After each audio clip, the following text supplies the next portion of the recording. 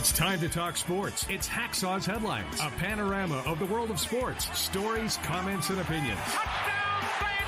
Now, here's iconic sports talk show host Lee Hacksaw Hamilton and co-host John Riley. It's a Thursday. Who wants to talk sports? Heading to the great sports weekend? We do. Good afternoon, everyone. This is Lee Hacksaw Hamilton, along with my co-host John Riley in our San Diego studios. We welcome you to our weekly podcast. John, what an amazing weekend we have ahead of us. Wildcard weekend in the NFL. Ton of news and notes about football coaches. We got baseball free agent signings and controversy off the field. Lots to cover. Yeah, a wild card weekend is always one of the best weekends of the whole NFL season. So I'm fired up. I'm ready to go. Okay, pick a game. Let's get started because we're going to preview all of them on this wild card weekend. A couple on Saturday, a bunch on Sunday, and then a wild card Monday night game. Go ahead, start. Okay, so tell me what you think about the Chargers, flying to Florida, going to Jacksonville on the road, playing a really up-and-coming Jaguars team.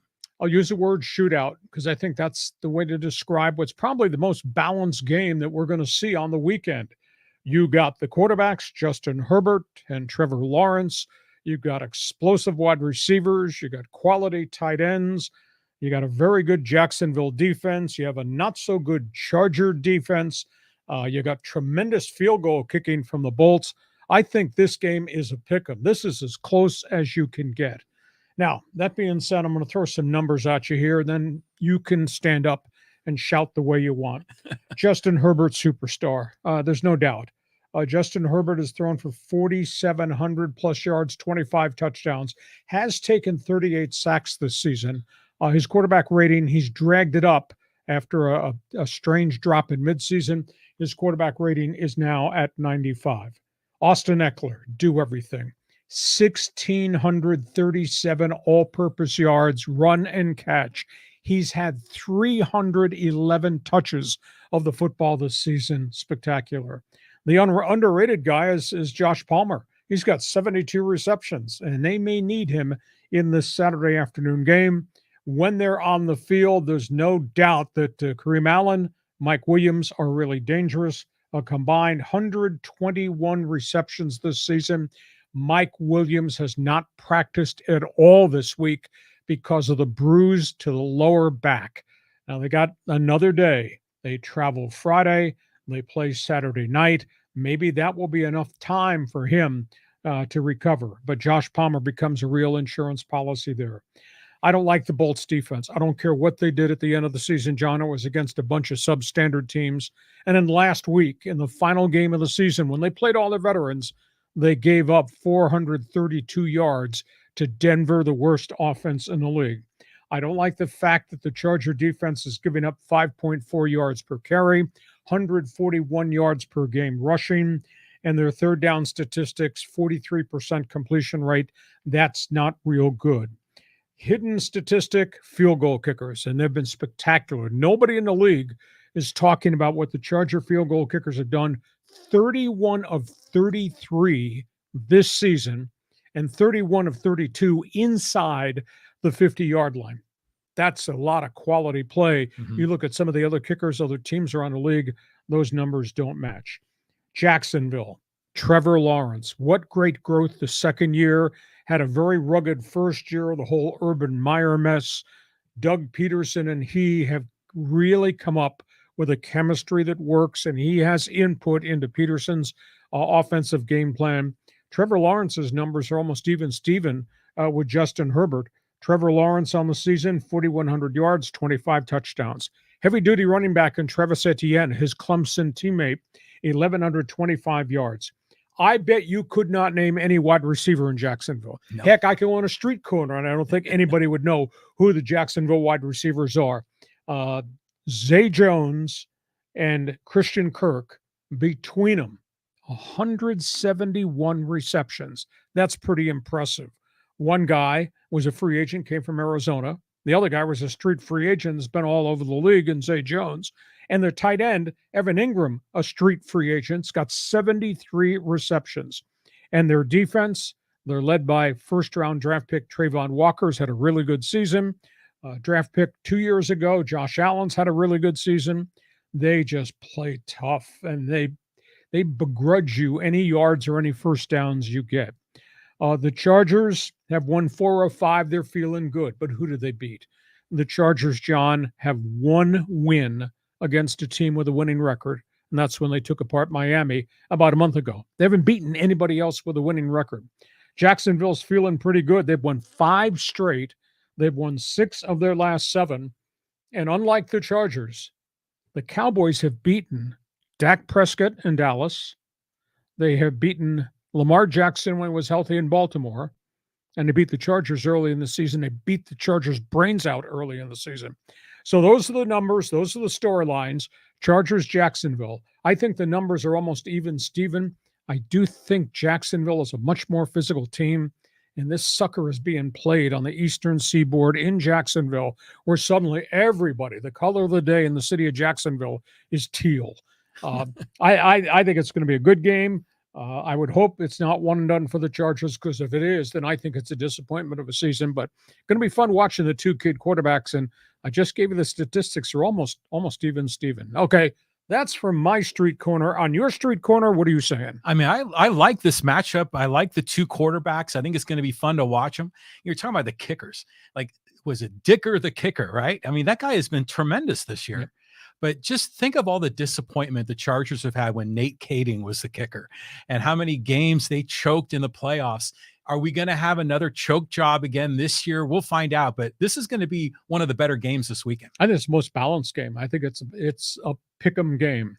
My heart says Justin Herbert, because I just think that kid is a gamer and that kid is a winner. My concern came in the Friday press briefing from the coach. And when Brandon Staley started to talk about Jacksonville, he talked about Doug Peterson's team dictate tempo. Doug Peterson's team always ahead of the chains. Doug Peterson's team, we got to get that quarterback off his mark. Doug Peterson's team, we got to put them in 3rd and long and put them behind the chains. So he's looked at the video and he's seen, I think, how dynamic and how physical and how tough the Jaguars are. It's going to be a really hard game. There's a lot of conversation, John, about the Bolts don't have very much experience. Well, a correction. That's why they put erasers on pencils. A correction. Justin Herbert's played in a lot of big games in his career, some in the NFL, and he's won, and a whole pile when he played at Oregon. He played in a lot of big bowl games against big-time teams. So I don't think he gets rattled with the enormity of the first playoff game. And even though there's a bunch of other guys that haven't been in the playoffs, they do have a whole pile of veterans here, led by their center, obviously some of those guys on defense. So I don't think first-time playoff for this group is a big thing, because the quarterback doesn't get freaked out at all. Yeah, it's going to come down to the Chargers defense. You mean they were giving up so many yards on rushing. Are the Jaguars just going to run over them, kind of the way that Jacoby, did with the Raiders? So this is going to be a tough game for LA to win on the road, 3 time zones away. Okay, pick them. I'm picking the Bolts. Okay, I'm going to go Jaguars. You're wearing teal. I'm wearing teal. You might not be here next week for the podcast. Okay, let's go to the other Saturday game, because this one's kind of intriguing. Yeah, I mean, the Niners and Brock Purdy, to me, is one of the best stories of the season. I'm fired up for them. This is my childhood team in San Francisco, and Seattle kind of snuck in through the back door to get into the playoffs. So this could be interesting. Do you have any rain gear? Do you have boots, galoshes, umbrellas? You have a wetsuit? Mm-hmm. Games being played in San Francisco, pal. What's the weather in San Francisco been like, and what's it going to be like going forward? It's an atmospheric river out there. I mean, they're getting pummeled with rain. Yeah, they're talking rain and wind for the game on Saturday. Wow. That's not good. So maybe the weatherman carries bigger clout than anybody else. Let's talk about the 49ers. They have won 10 in a row, John. How unbelievably impressive is that? You look at San Francisco, 365 yards a game on offense. They're giving up only 300. They just make it so hard on you to move the ball, to get drives going, to get first downs. It's like you're in lifetime 3rd and long when you play against San Francisco's defense. Brock Purdy, efficient, doesn't make a lot of mistakes, throws some touchdown passes, hands the ball off to Christian McCaffrey the rest of the time. His quarterback rating, 107. Wow. 107 for Mr. Itinerant, right? The last guy taken in the draft with a 107 quarterback rating. How unbelievable is that? And, of course, their defense. We've talked extensively all season long.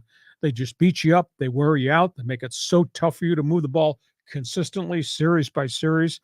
Defense, in addition to giving up only 300 yards per game when everybody's moving the football, 49er defense, 44 sacks, 30 takeaways. And Christian McCaffrey, we've all talked about Austin Eckler and his diversity with the Chargers. Christian McCaffrey, 1,880 all-purpose yards, run and catch. That's a staggering statistic. Now, in terms of Seattle, I'm not going to say they backed in, but they did lose 5 of their last 8 games. They were not playing as well. People, I think, have caught up a little bit to Geno Smith. The young running back, Kenneth Walker, the kid out of Michigan State, he's had an 1,100-yard rushing season. It's been kind of lost in the equation. They got 2 really good wide receivers, obviously, in the outspoken DK Metcalf and Tyler Lockett. Though Lockett's coming off thumb surgery. Between them, 171 receptions on the season. But at the end of the day, there's just too much San Francisco. Pick your poison. Who you're going to defend? McCaffrey? Deebo Samuel? Ayuk, the other wide receiver from BYU? Or the tight end George Kittle? And by the way, Kenneth Walker is going to run. And Geno Smith's, he's a one-man gang in Seattle. I just don't know how Seattle defends all the weapons that San Francisco has. And if it is indeed heavy rain, and if it is blowing sideways with a wind, that means you got to run the ball. And McCaffrey is pretty doggone good on that turf. So I just think there's way too much San Francisco, not enough for Seattle. So I'm picking Kyle Shanahan to just take this thing and drive him to a wild card victory. I think it's going to be a hard day for Pete Carroll Seahawks. Yeah, I agree with you. And we talked about McCaffrey, how he's that dual threat like Roger Craig was in the 1980s. I mean, what a great player. It's a shame that our local, Aztec Rashad Penny couldn't be playing in this game.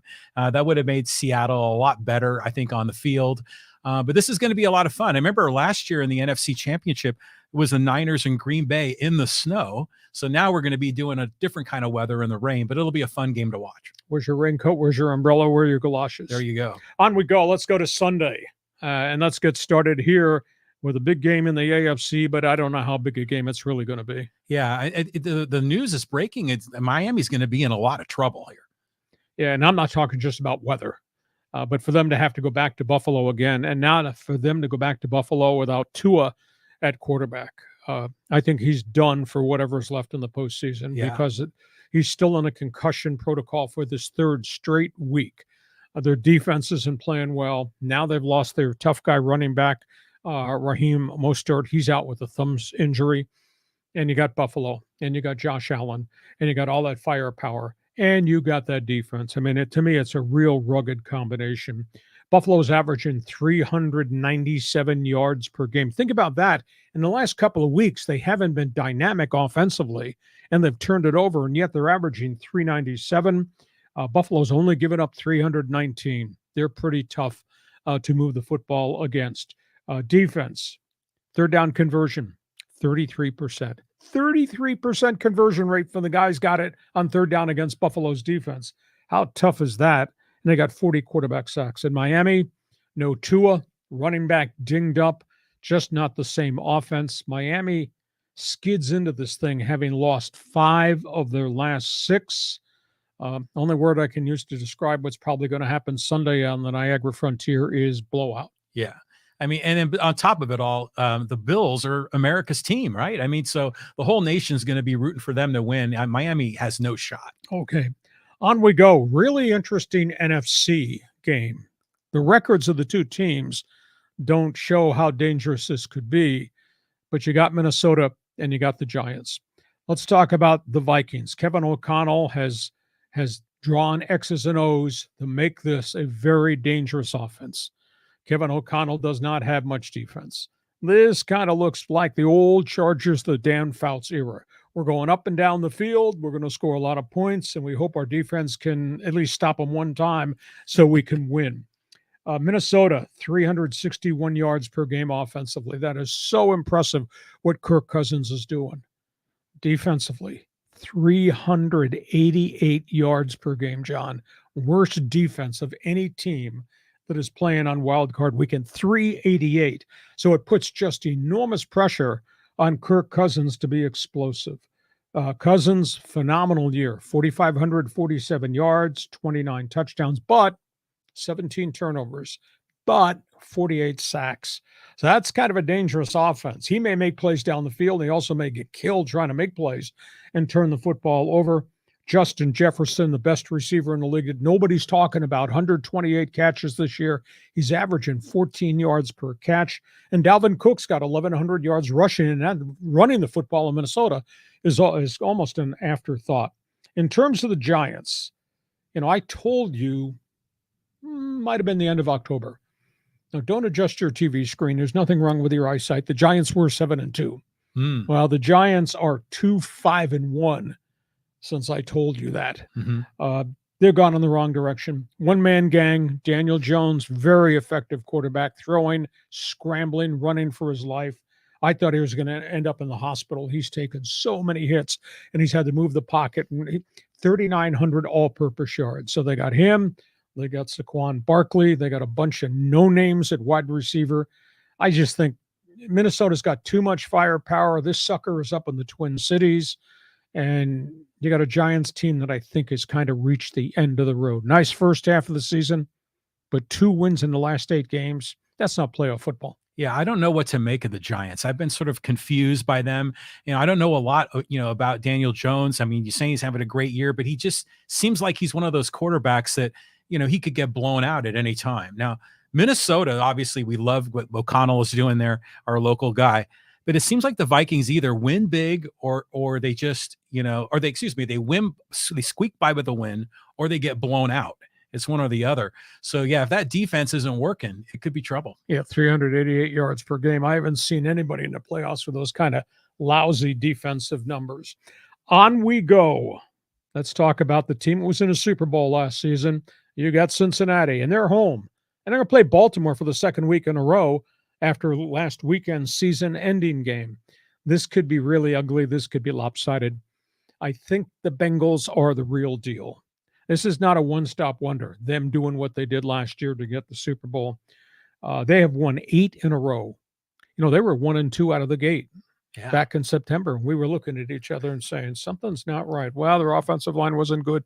They got better as they went on. They've won 10 of their last 11. And the big problem here for Baltimore is A, Joe Burrow is doing it, and B, they don't have Lamar Jackson. He has not played. He's got a bone bruise in his knee, and it's not healed.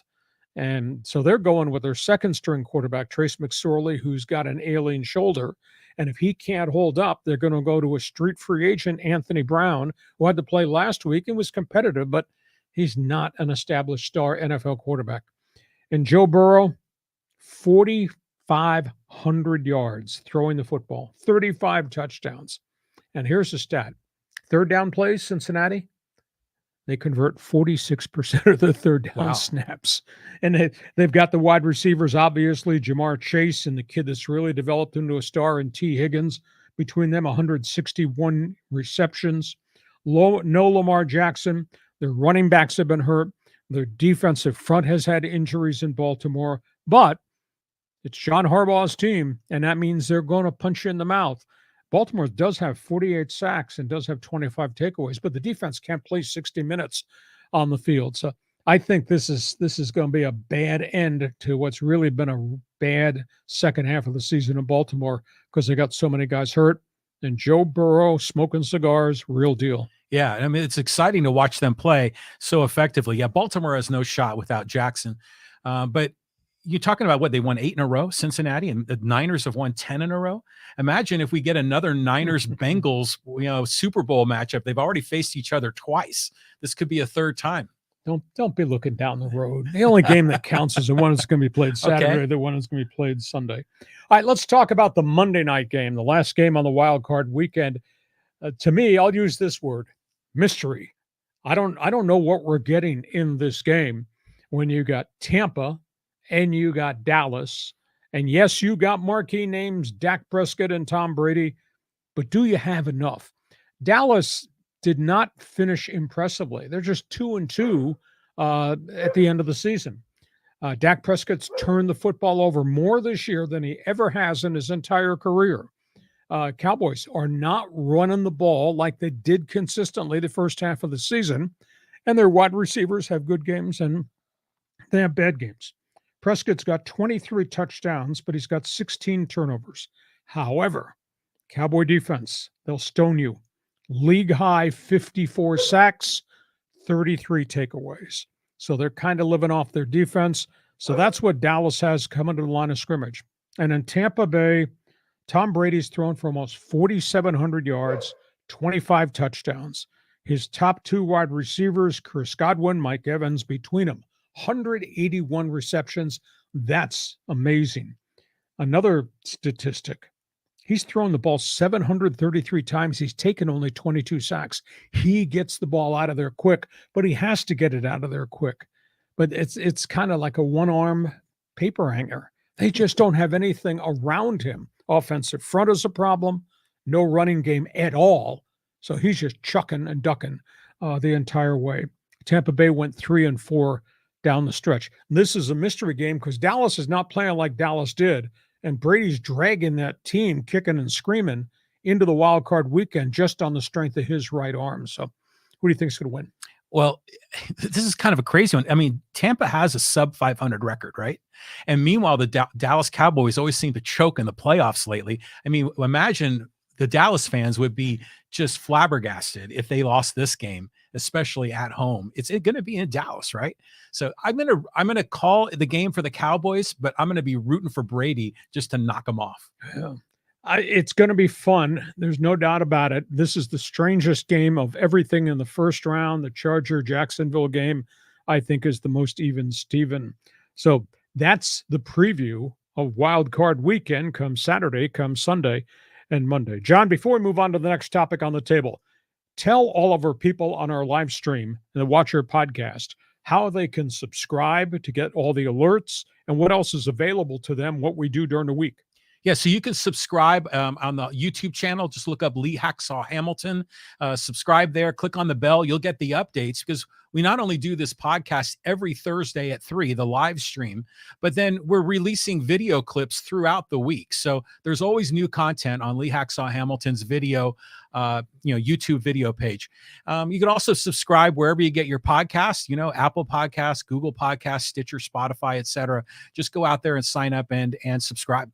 And want to remind you, if you like sports, if you like my show, if you didn't like my show, I want you to check my website. It's all written every day, all fresh material, LeeHacksawHamilton.com. Guarantee you, if you read it daily, aside from John and me, you'll be the smartest guy on the face of the earth. Okay, let's talk about off the field because this was some 48 hours in the National Football League. Black Monday, they call it. Couple of more coaches got fired. There are now 5 guys gone, which means in addition, 55 to 75 assistant coaches lost their job too. We'll start in Arizona, which right now looks like it's a mess. The general manager, Steve Keim, is gone. Cliff Kingsbury was jettisoned out of there Sunday night. Cardinals went 7-18 over the last year and a half, despite having Kyler Murray as their starting quarterback. It's a franchise that's just in disarray. And the black mark, I think, again, Cliff Kingsbury is bright light guy. But when people make adjustments to what he's doing, he was never able to counterattack. His end of season numbers as head coach with the Arizona Cardinals and prior to that in college are just horrific. It's weird, though. He may be about to get another job. The New England Patriots on Thursday morning made contact with Kingsbury about possibly coming in as the offensive coordinator. So Cliff Kingsbury is gone as head coach of the Arizona Cardinals.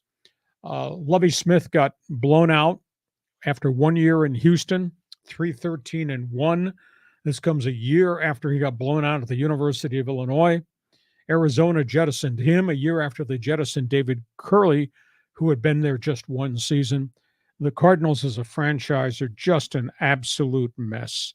11, 38, and 1 with their last 3 head coaches. And I'll tell you, this points to the top of the hierarchy on the organizational chart, the owner, Michael Bidwell. He's the one that's made all these decisions. Do you know, John, they owe Kingsbury in Arizona an enormous amount of money? They owe him 5 years on his contract there. In Houston, that thing is a disaster. And I'm surprised that Nick Caserio, a Patriot guy from the Belichick organization, I'm surprised that Caserio, the general manager, hasn't gotten fired, because he's the one that's traded all these other players away.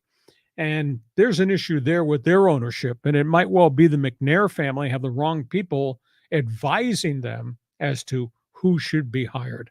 So Houston is a disaster. Houston doesn't have a quarterback on top of it, although they're going to wind up with a second pick in the draft.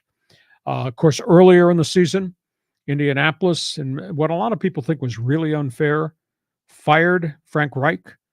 Jeff Saturday finished as head coach. They went 4-12-1. They lost 10 of their last 11.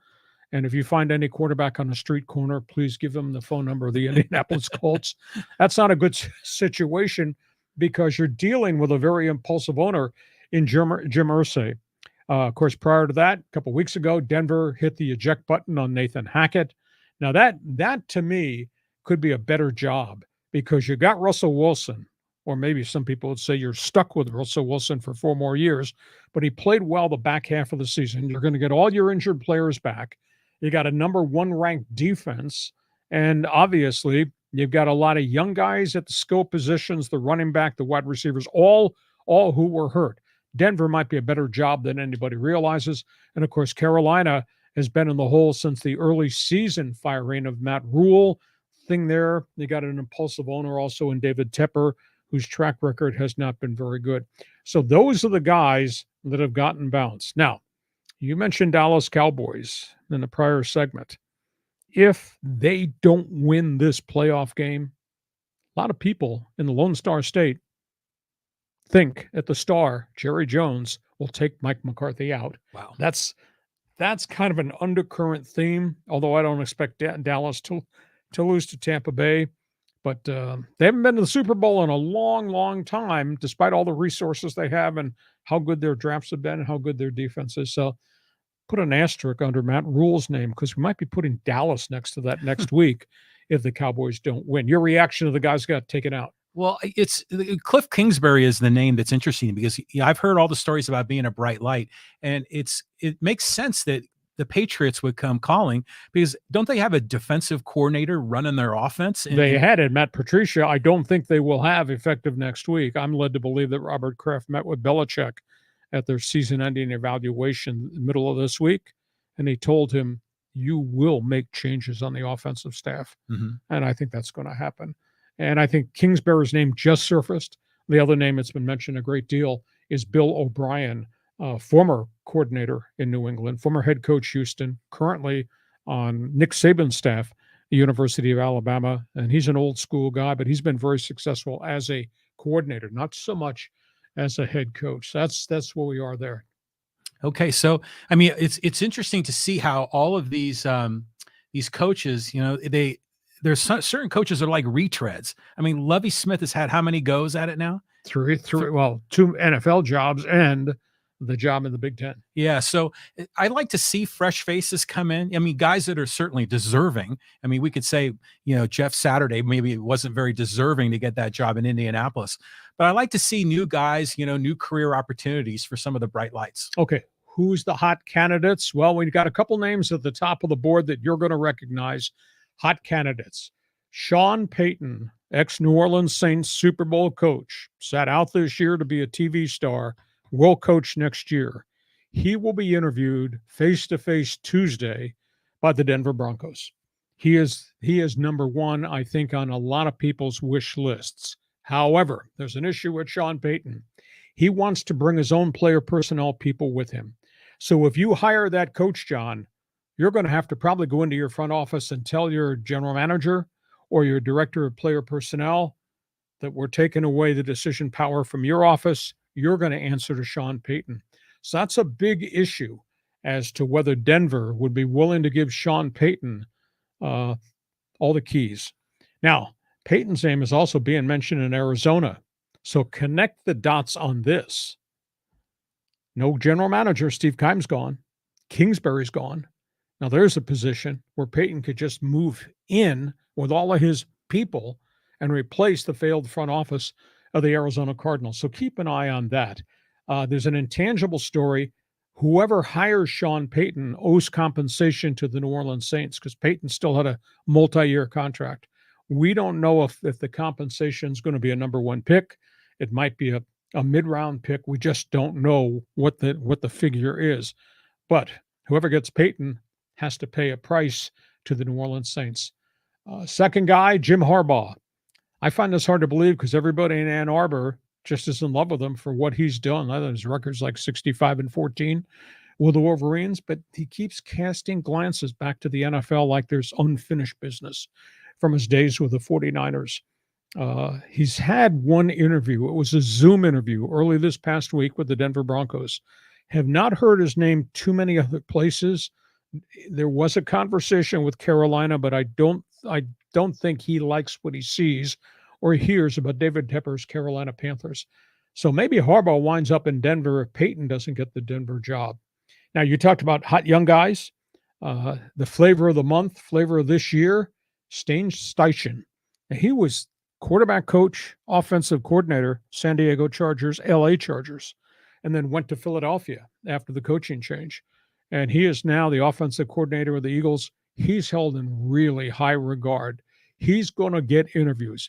Frank Reich, who a lot of people think was treated really poorly in Indianapolis, has interviewed in Carolina already, led to believe he will interview with the Denver Broncos. Real bright light. And if he doesn't get a head coaching job, he's going to be somebody's offensive coordinator, probably sooner than later. And, when you look at the other names, Dan Quinn, I thought was pretty successful in Jacksonville, but in terms of fixing the franchise, but didn't win. Went to Seattle as a coordinator for Pete Carroll. Now in Dallas, very highly regarded. Probably has earned the chance to get a second opportunity. Hot young guy, defensive coordinator DeMeco Ryans. He's the guy that does the X's and O's. Where? San Francisco. And what do? They play defense. DeMeco Ryans going to get probably multiple interviews. And Raheem Morris, defensive coordinator of the Rams, former head coach who failed. He's going to get a chance. In fact, he is interviewing with Denver on Tuesday night after Denver meets with Sean Payton on Tuesday morning. There's a whole laundry list of other guys. Interesting thing. I don't have an explanation for this. We'll put an asterisk next to top candidates. You know whose name is not being mentioned at all, John, for any of the head coaching jobs? Eric Bieniemy, Kansas City. 2 years in a row. He was the hot guy. Yeah. Didn't get an offer. He's still a right-hand man doing a lot of creative stuff for Andy Reid. Nobody's interviewing him this year. So I don't know whether it's bad interviews or maybe they just think he's a protege of Reid and he's successful only because of Andy Reid's brilliance. But there is no Eric Bieniemy interview scheduled anywhere that I can find. Oh, that's a shame. I mean, because he is a terrific, player, a great coach. I mean, his coaching record has been terrific. I mean, so it's a shame that he's not getting a look. You look at all these other guys like Harbaugh as an example. I hear people that in Ann Arbor are worried about Harbaugh leaving because he just gets so much grief from the NCAA. Apparently, he took out one of the recruits and just bought the kid a hamburger, and that is now violating some of the recruiting guidelines. And so, is Harbaugh maybe fed up with all of that, and that's why he wants to go back to the Well, NFL? he did that during the dark period when nobody was allowed to have contact with recruits during the COVID era. Mm-hmm. There was a window in which the NCAA shut down recruiting. He's not the only one. There have been other universities that have kind of done some things that got disciplined along the way. I'll be fascinated to see. He's a Michigan man. I'd be absolutely stunned if he left. Stunned is the word we're talking about in Los Angeles. Let's talk about this hot story here, John, because this is really surprising. One bad year after all the good years with the Rams, and Sean McVay talking about leaving. That this was a professional failure. This 5-12 season. His season-ending press conference on Monday wasn't so much about the team and the losses and the injuries that wrecked the franchise. It was almost like it was a therapy session. I was absolutely amazed. He's talking about lifestyle and hours and commitment and how he's responsible for so many people. It was really stunning because he wasn't talking football. He was talking about his own personal life and his inability to accept this. I wrote a column on my website about McVay, and I really like him, and I think he's one of the bright lights in the NFL. He's so bloody intense, and it's football 24/7, 365. And how does that impact his private life? And it goes on and on and on. I'll tell you a quick story. Two Chargers coaches, Marty Schottenheimer and Bobby Ross, told me a story. Marty said the NFL eats you up and then spits you out. This is a guy who had 200 career victories, the bulk of them in Kansas City, and then with the Chargers, really successful, not in postseason, but in regular season.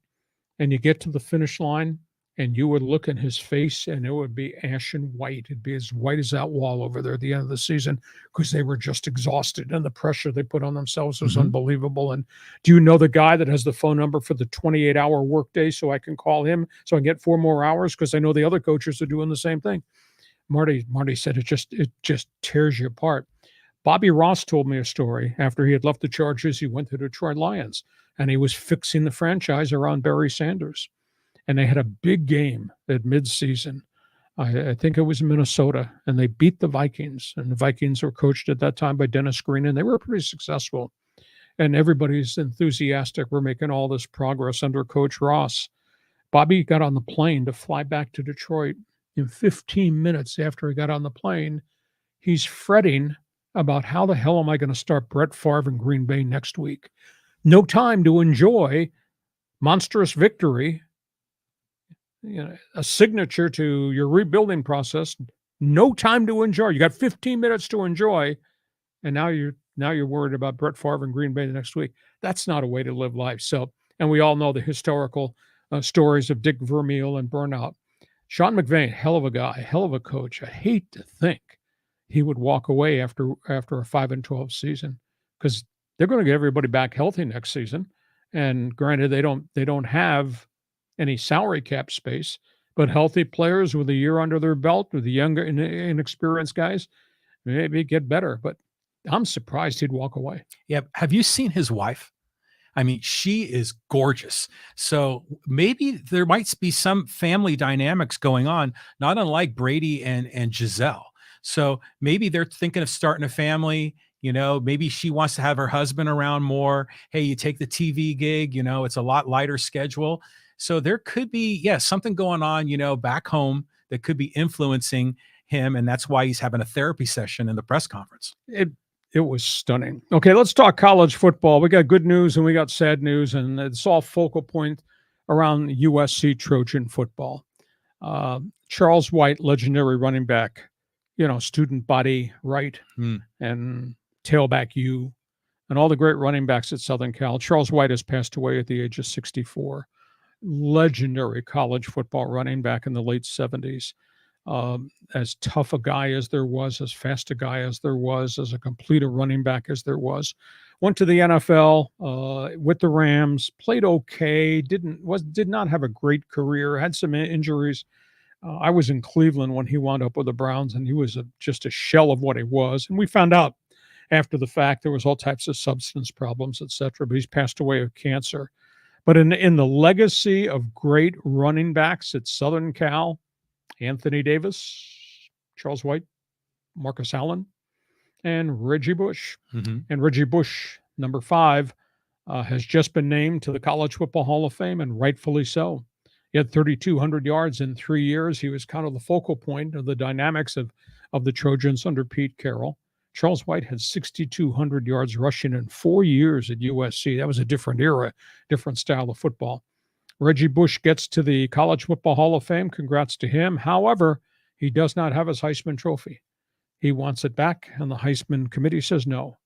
Reggie was the centrum of the illegal benefits scandal that took USC's football program down. He was banned from any interaction at USC. They had to return the Heisman Trophy to the Maxwell Club. He has never said, I was wrong, never apologized, never cooperated with the NCAA probe, never gave anything back to USC. They lost 30 scholarships over a 4-year span. It was unbelievable. So there's a bit of a tainted reputation. There's no doubt he was a great college athlete because he's from Helix down here. Mm-hmm. There's no doubt he had a really good career, and he's doing a nice job on TV. But his defiance that I did anything wrong, his family took a house and took a car and took all this money from these sleazeball marketing people. Mm-hmm. And he had to know this was going on. NCAA believes he knew it was going on. He refused to testify. So there's still a little bit of stain around him. But congratulations, one of the great 4 running backs at Southern Cal going to the Hall of Fame. You remember anything about Charles White running over Stanford, Cal, any of those teams? I mean, I just remember SC was just so dominant back then. And was that when Sean McVay's dad was the coach, right? Or grandfather, wasn't it? No, he wasn't. I don't think he was. Jim McVay, wasn't that? No, the guy? John McVay was. John McVay. John McVay was at the University of Dayton, San Francisco 49ers, New York Giants. Okay, so I'm getting I was thinking of McKay, not McVay. John McKay, legendary coach. He and John Robinson, yes. Yeah, that's who I'm thinking about.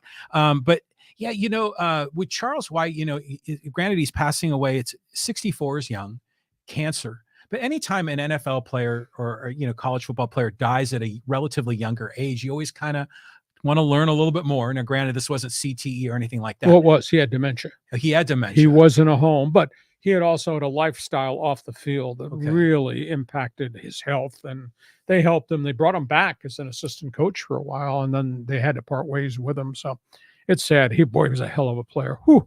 Yeah, I mean, it's just sad to see that happen. And maybe it was that dementia that led to some of those off the field, lifestyle choices. As far as Reggie Bush goes, the guy, he's having a great career behind the microphone. He was dating Kim Kardashian for a little while, if I recall. But this just sort of opens up just the whole broader picture of money and the NIL and all the different things in college sports, because they just don't have the right system. These things keep happening because there's so much money in the sport, so much money for these players when they eventually get to the NFL, that it's hard to completely cut them off of money when they are a college player. So I think the problem with Reggie Bush and the house and the family is really a symptom of a larger problem. But he's trying to hide behind what is going on now, the NIL banner. Mm-hmm. See, you're paying everybody. Well, the rules when he was at SC were a lot different. You had your scholarships and you had your addendum. You can't take stuff on the side, and he and his family did. Right. So he can't invoke the banner from 2022 and put it back to the early 2000s and say, see, you should have been treated this way. You can't do that. So that's where we are there. Hey, want to remind you, Fans Forum will be coming up right at the end. John, tell them how they can make statements, ask questions, and understand the rule is have a take, don't suck. Go ahead. Okay. So, you can get involved in the Fans Forum. We already got a number of people already getting involved. Just go on the live stream on either Facebook or YouTube. Type in your question or comment for Hacksaw. We'll see it here on the screen. We'll get you involved in the live stream Fans Forum at the conclusion of Hacksaw's headlines. Okay, let's talk Major League Baseball, because the last 24 hours have been pretty active around the major leagues and even here in San Diego. Pick a team. Yeah, well, let's talk about the Twins and Correa, because they finally signed this guy. Only word I can use to describe that guy: mercenary. How does it look? He played for Minnesota last season, had a rock-solid season. They offered him a bunch of money. He said no. He wound up going to the Giants, and Giants said, I don't like the physical exam. In the middle of the night, his agent took him to the New York Mets on another big deal. The Mets looked at it. I don't like the physical exam. Now Carlos Correa goes back to Minnesota as a, quote, hero after snubbing them. And he goes back at 50% of what he thought he was getting with the Giants or the New York Mets. This is kind of tacky to me. Good player. No argument there. Signs a 6-year, $200 million deal. There are 4 option years on the back end of the contract if he stays healthy and does not have problems with this deteriorating leg bone issue from an injury in 2014. But to me, it looks bad. He didn't love Minnesota December 1st when free agency started. Now he loves Minnesota now because he's lost all these other contracts. I just kind of feel weird about talking about this guy and the Minnesota Twins. And love you, Minnesota. Didn't love you, though, back when free agents first day started. Your reaction? I think he's happy that he found a place, that someone's going to sign him. Now, he gave up a lot of money. I mean, it's from his perspective, he's probably kicking himself. But for Minnesota, they needed another marquee name, to have on their roster. But in some ways, it's sort of like taking back your ex-girlfriend. It kind of feels weird, right? But in the end, I'm just kind of happy for Twins fans because they've got a marquee guy to rally for. Yeah, he's a pretty good player. He's still got time left in the clock. Speaking of needs, the Padres, I think, have spent what was left in their checking account. The Padres add another bat. Now, this is not the bat that he used to be, not with the Texas Rangers, not with Seattle and even Minnesota, but this guy can probably still ball. And he's going to be surrounded by a really good batting order. Nelson Cruz, who's got a past relationship going back to the early days with the Rangers, with A.J. Preller, signs a 1-year contract to come here. Come here, be a DH. Come here, be a part-time first baseman. Come here to guide Fernando Tatis. And I think that's the unwritten storyline as it relates to Cruz. Now, the Padres tried to trade for him last year at the deadline in Minnesota, and he wound up going to the Washington Nationals. So it's a good acquisition. His numbers have really tailed off in the last 2 calendar years, but he's a .274 lifetime hitter, 459 home runs. He had a 6-year stretch where he hit 244 bombs. And I think surrounded by this really good batting order, he's going to get good pitches to hit, and I think he's going to hit some out, and maybe he'll hit for some average too. So I like the acquisition. They got him on a 1-year, $1 million deal. I mean, $1 million is cheap, isn't it? Yeah, for now it is. Yeah. So this is like a all upside deal. And I, to your point, I like how he can be the mentor for Tatis. Apparently Machado loves this guy, and they're trying to stroke Machado so they can, he's got the opt out at the end of the year next year. But I like the signing overall. I know Padres Twitter was all fired up for this signing. All the fans love this deal. Yeah, and late on Wednesday night, they also re-signed Craig Stammen, the workhorse long reliever. So he comes back to be part of what I think is a pretty good bullpen. I'm amazed at what they've done. You look on paper at the roster, and we're a month out from going to spring training, John. This is a really good team. Payroll's at $267 million. So they're over the second threshold of luxury tax. I mean, they're paying a phenomenal amount of money on this roster. Okay, from the Padres, let's go north. Dodger Stadium. A lot of deals in about a 12-hour span. That guy's gone. Trevor Bauer. They had a week to try to find somebody to trade him to. Evidently, they did not get any offers, no phone calls returned. Trevor Bauer has now been released. He's on a street corner near you with a sandwich board that says pitcher for hire. It's a sad commentary about him. He's 83-59. He went 8-5 with a 2.39 ERA with the Dodgers in 2021 before the suspension. The guy collected a phenomenal amount of money. By the time we get to the finish line, he will have made off the Dodgers $67 million to go 8-5 because he was paid for that first half of the season. Then he was paid on the administrative leave part when he was off the roster, and the Dodgers have to pay him $22 million this year, regardless of where he goes and who he plays. Now, he did lose $37 million because of the extended suspension. Absolutely amazing. I don't know if anybody touches him or not. There's a whole toxic mentality about who he is and all the junk he's continued to get himself involved in. The other Dodger deal, this is kind of unique. They made a trade with Miami, and they got Miguel Rojas, the all-star Gold Glove shortstop. Now, he's got a lot of miles on him. He's age 34. But what it does is probably buys him a couple of years at shortstop while they make a determination how good Gavin Lux can be if Lux has to be the shortstop of the future, or if there's somebody else out there a year from now they might want to go get in free agency. Rojas, 264 career hitter, has won a couple of 3 Gold Gloves. Glue guy, good clubhouse guy. So they got him from Miami for a double-A shortstop that didn't fit into their plans. So your response on Bauer, your response on the new shortstop from Miami. Well, the Dodgers did the right thing in letting Bauer go. So I've been supportive of that from the start. Now the question is who's going to pick him up, because they'll get him on the cheap, right? They'll just have to pay the major league minimum. I still think he's going to find a place on a team somewhere, especially for a team that's contending, that's looking for that missing piece. And as far as the Rojas deal goes, it's curious how the Dodgers in previous years were just busting out their checkbook and writing big money and signing everybody. This year, they've been very sort of quiet, calculating, moving. There's been smaller deals, smaller signings, getting below that payroll tax level. So it'll be curious to see how they perform this year. Especially going against that Padre lineup. Now, understand this: by virtue of taking on Rojas's contract from Miami, the Dodgers have gone over the luxury tax threshold again. Oh, now they still have time. They can rid themselves of another player with a paycheck to get underneath it. They want to get underneath it so there's no penalties, because I guarantee you next November, you and I are still doing this podcast. We'll be talking Shohei Ohtani, and the Dodgers are the ones who are going to bid the big time money for him. So there's a method to their madness to get below the luxury tax threshold, but by getting Miguel Rojas from Miami on Wednesday night, they bumped above it, but they can always move a player off their roster to get below it again. So that's where we are.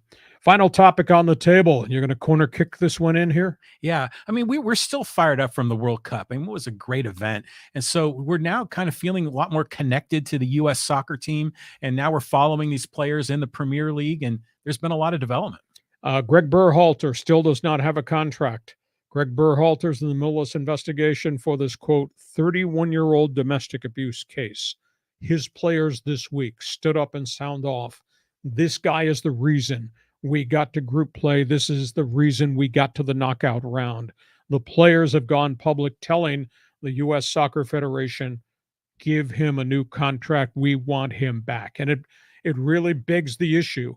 Should he be held responsible in terms of losing his position for something that happened 31 years ago? The players say no, because he apologized, because he went to counseling, all this while I was at the University of North Carolina. And by the way, he married the woman who was a victim of the one-time domestic abuse incident. They have 4 kids and they're still married. Mm-hmm. So that the Berhalter story is unresolved, but now the players are stepping front and center and said, this is the guy. Tough week in Chelsea in the English Premier League. Christian Pulisic got badly hurt playing against Manchester City. Vicious tackle by English star John Stones, sprained a knee, going to be out at least 2 months. This has all types of implications. Not only was it a hard tackle, it was not a yellow card or a red card. Stones went for the ball. I saw the video. He got the ball, and then he got Pulisic at the same time. Christian was about to be moved from Chelsea, and maybe a transfer deal to Newcastle United would have been a huge money deal. That might be off the table right now, and it's just another injury that's impacting him. And on top of that, Chelsea is about to fall face first on the pitch. They lost Pierre Aubameyang with a back injury. He's another goal scorer. And they lost their third goal scorer, Raheem Sterling. He's got a hamstring injury. It's not healed. Suddenly, Chelsea's down 3 stars, 3 name goal scorers. You can't go on any street corner in London and find guys to replace them. A devastating story there. Real tough setback for Pulisic. And it was just a hard tackle soccer play.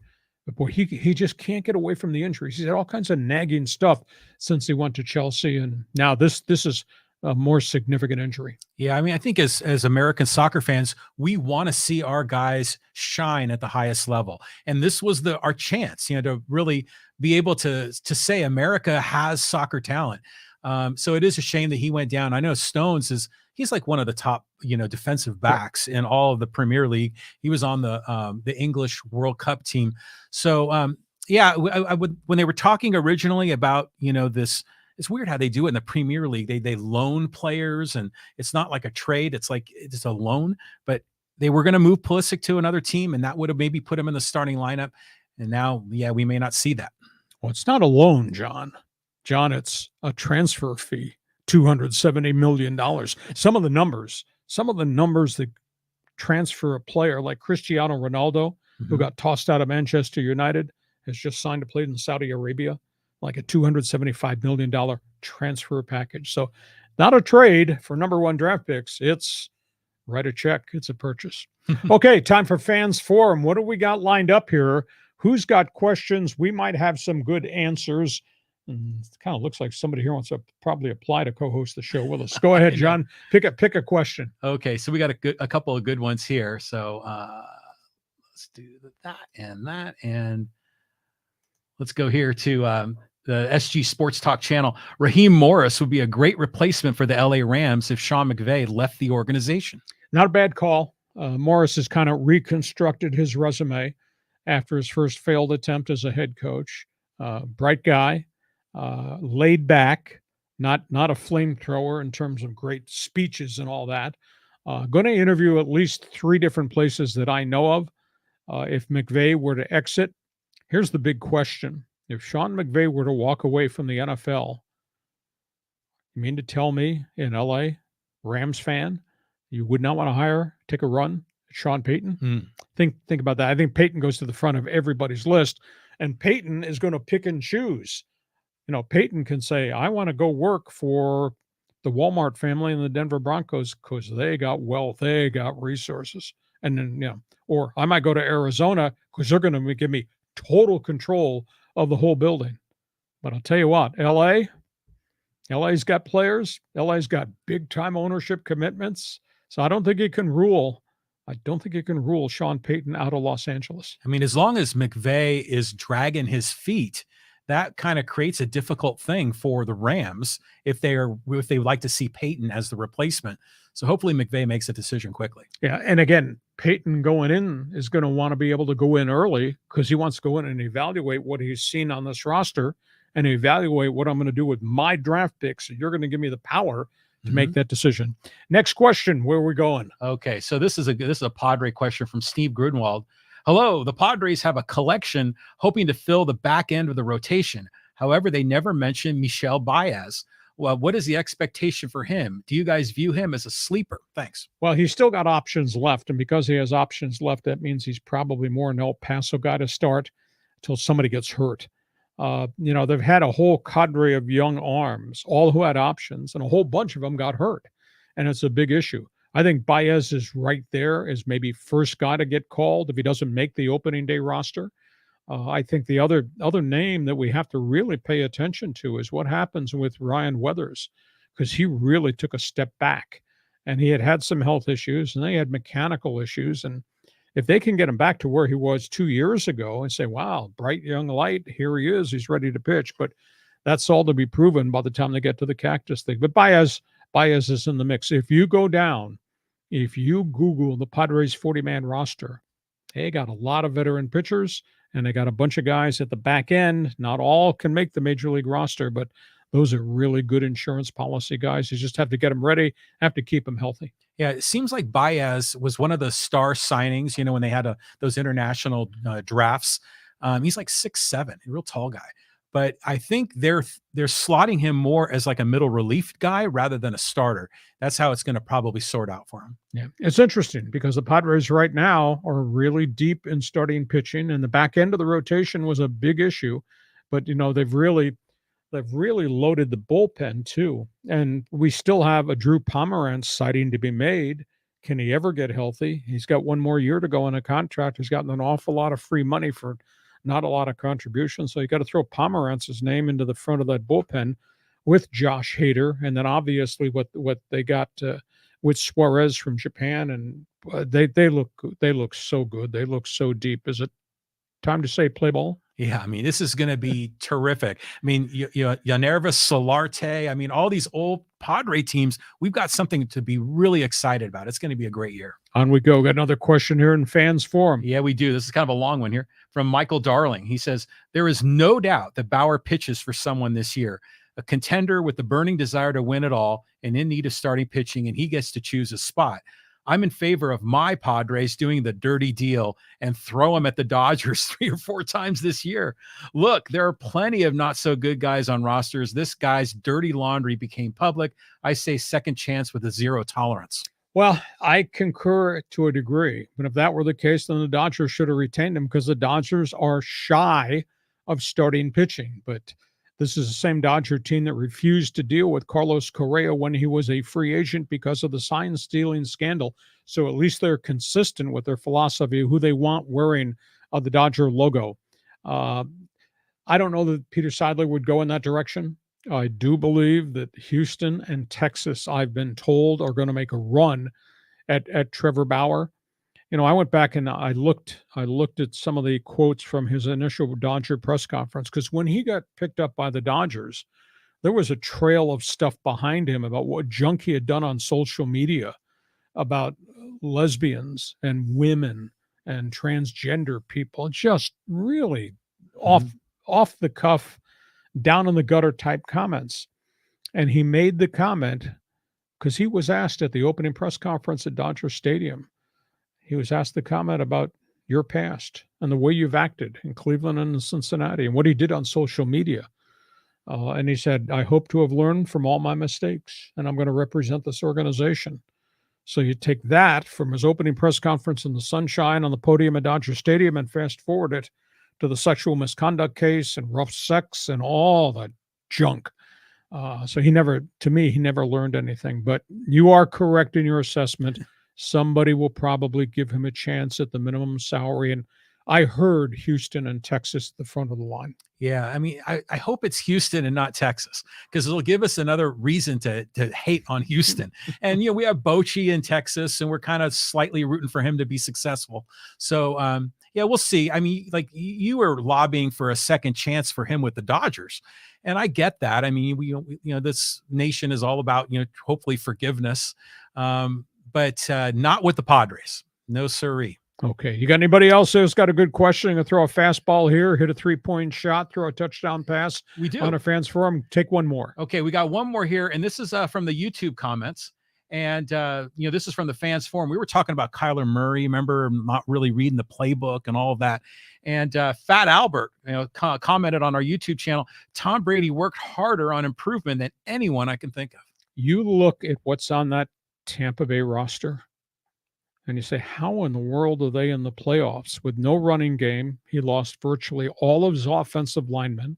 He didn't have the full complement of wide receivers till the back half of the schedule. And like I said, he only took 22 sacks and 733 pass attempts. So that's all on him, reading defenses, making decisions, getting the ball out. Tom's not had a good week. I don't know if this story is out there really in public. FTX, cryptocurrency. Oh, yeah. Yeah, you didn't have any money in that, did you, John? No, thank goodness. Tom Brady owned 1.1 million shares of FTX. Whoa. His wife, X, owned 668,000 shares. Combined total lost investment, $45 million.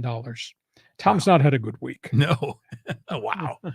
That's something else. I mean, I think it was interesting with FTX. Remember the umpires had the it was a sponsor logo. Yeah, because for a while I was wondering, like, who in the heck is FTX when I'd see it every night on TV.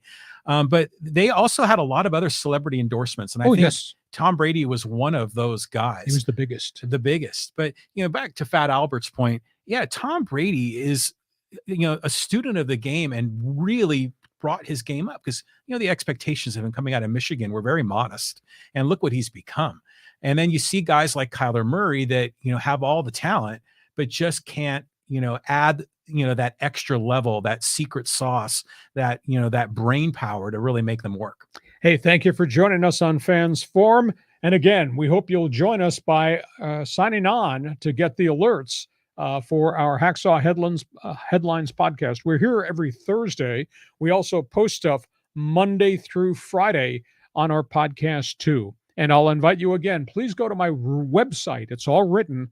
If you like my talk show, you'll love it. If you didn't like my talk show, you can still read what I write. It's LeeHacksawHamilton.com. Hey, thanks for being with us. Enjoy Wildcard Weekend, John. We'll catch you next week. Thanks again for joining us too on our podcast. Join us again for Hacksaw's Headlines on YouTube, Facebook, and Twitter. And find the audio version on your favorite podcast apps. For more content, go to LeeHacksawHamilton.com.